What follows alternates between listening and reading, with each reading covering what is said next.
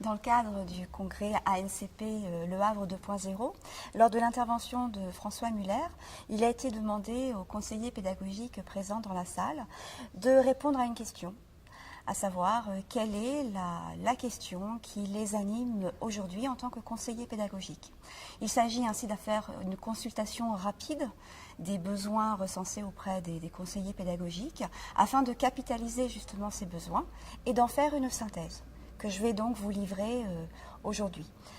Étant moi-même conseillère pédagogique, lorsque j'ai dépouillé toutes les questions qui étaient proposées, ça a fait écho à ce que je vis et à mon propre questionnement. En même temps, la restitution que je peux en faire est aussi subjective, forcément, puisque moi-même je donne de sens à ces questions. Alors ces questions, je les ai regroupées en 3 catégories. La première, c'est ce qui concerne le conseiller pédagogique en circonscription. Le deuxième axe, c'est l'accompagnement du conseiller pédagogique sur le terrain. Et le troisième axe, c'est dans le cadre de la formation. Et ces 3 axes sont modulés par un fil rouge que l'on verra ensuite. Alors concernant la circonscription, il y a un constat qui est indéniable, à savoir que le conseiller pédagogique est touché par la multiplicité des tâches qui lui incombent, les nouveaux dossiers qu'il voit arriver sur son bureau, le fait d'appartenir à une équipe. Donc au regard de ce constat, il y a 3 principales questions, à savoir comment faire équipe avec un IEN pour être un inspecteur d'éducation nationale pour être efficient et efficace, comment trouver sa place dans une équipe déjà constituée et aussi comment se répartir les tâches, toujours dans un souci d'efficience. Et derrière cela, il y a autre chose qui pointe, les questions relatives à est-ce que je suis à la hauteur en tant que conseiller pédagogique, est-ce que mon action a une plus-value, et enfin comment il m'est possible de faire un équilibre entre mes tâches administratives et mon suivi sur le terrain, et surtout des questions sur le manque de temps et du coup quel temps je consacre au terrain.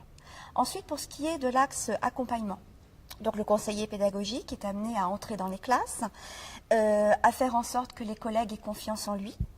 Et du coup, se pose une question concernant l'hétérogénéité des publics. En effet, il se trouve confronté à des néo-titulaires, professeurs des écoles stagiaires, titulaires première année, titulaires deuxième année, et aussi des collègues qui sont anciens, qui n'ont pas d'attente, pas de demande. Et cependant, il arrive aussi qu'au regard des néo-titulaires, on se heurte à des collègues qui sont aussi sans attente et sans demande. Donc du coup, comment faire pour arriver à entrer dans ces classes? Comment faire pour qu'on ait confiance en nous, conseillers pédagogiques, devant des enseignants qui font preuve d'immobilisme, voire d'omniscience? Comment pouvoir entrer dans les écoles, dans les classes, au-delà de proposer un projet? Donc au regard des questions, elles portent essentiellement sur l'efficience, sur comment utiliser un entretien comme outil au développement professionnel des enseignants et surtout, comment par notre accompagnement être au service des élèves. Troisième axe, dans le cadre de la formation. Avec Magistère, qui est une formation dématérialisée, les conseillers pédagogiques se posent des questions concernant les pratiques. Comment les faire évoluer, comment dans le cadre d'un dispositif dématérialisé, on va pouvoir justement aborder le cœur du métier, à savoir les pratiques pédagogiques. Comment avec une formation dématérialisée est-il possible de continuer à susciter le désir d'être formé? Enfin, on avait vu tout à l'heure l'hétérogénéité des publics. Et bien à partir de là se pose le problème de la différenciation en formation face à des adultes. Et enfin, le dernier point, formation d'adultes, c'est aussi travailler sur un collectif de travail, amener les collègues à avancer ensemble, et là toujours en prenant en compte l'hétérogénéité des publics. À ces questions, dans ces 3 axes, s'ajoute le flux de l'actualité. Actuellement, nous sommes confrontés au nouveau programme.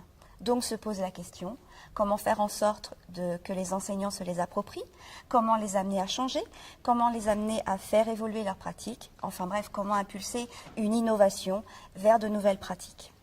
Lors de cette actualité des nouveaux programmes, un cycle questionne aussi les conseillers pédagogiques, à savoir le cycle 3. La mise en tension entre des collègues de collège et des collègues enseignants d'école qui travaillent à partir et auprès du même public, mais qui parfois ont des visions différentes. Se pose la question aussi de comment passer d'une approche disciplinaire à une approche curriculaire. À cela s'ajoute en parallèle, dans le flux de l'actualité, les REP+, où les enseignants posent la question des inégalités sociales, se posent aussi la question de comment travailler avec une équipe, comment les fédérer sur ces questions d'inégalité sociale et aussi d'équité et d'écart. Un autre mot aussi dans le flux de l'actualité, c'est la bienveillance. Tous les conseillers pédagogiques présents ont bien mis en avant qu'actuellement, les enseignants, par le souci des réformes, sont des enseignants en souffrance. Donc, comment justement valoriser les pratiques des enseignants pour les remettre en confiance et développer leur estime de soi. Et également, comment aussi les amener à réfléchir sur la valorisation qu'ils mettent en œuvre auprès de leurs élèves. Donc, enseignants en souffrance qui sont malmenés par les mutations et qui donc engendrent une représentation du métier qui est complètement en mutation. Enseignants en souffrance et par conséquent, conseillers pédagogiques en souffrance. Des questions trouvent écho dans « Où va-t-on ? Combien de temps vais-je encore pouvoir assurer mes fonctions de conseiller pédagogique ?» Et enfin, quelle valorisation de mes compétences actuelles pour pouvoir faire autre chose après ?